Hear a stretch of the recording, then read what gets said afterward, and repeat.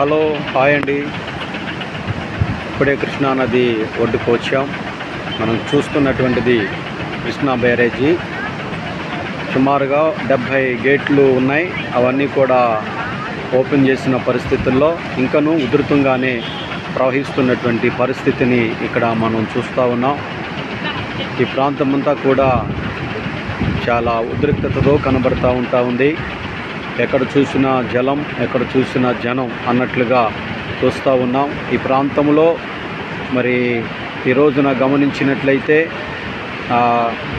మనకు కనబడుతూ ఉంది రైలు గేట్లు, రైలు యొక్క పట్టాలు మనకు కనబడుతూ ఉన్నాయి. బ్రిడ్జి మీద రైలు కూడా వెళ్తూ ఉంది.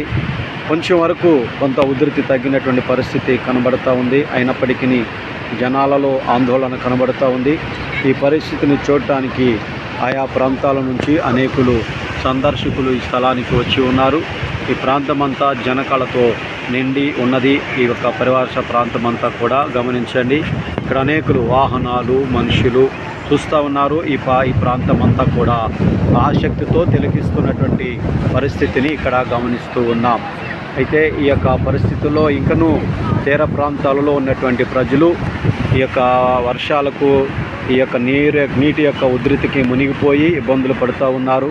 చాలా రకాలుగా నష్టం అనేది మరి కలిగింది.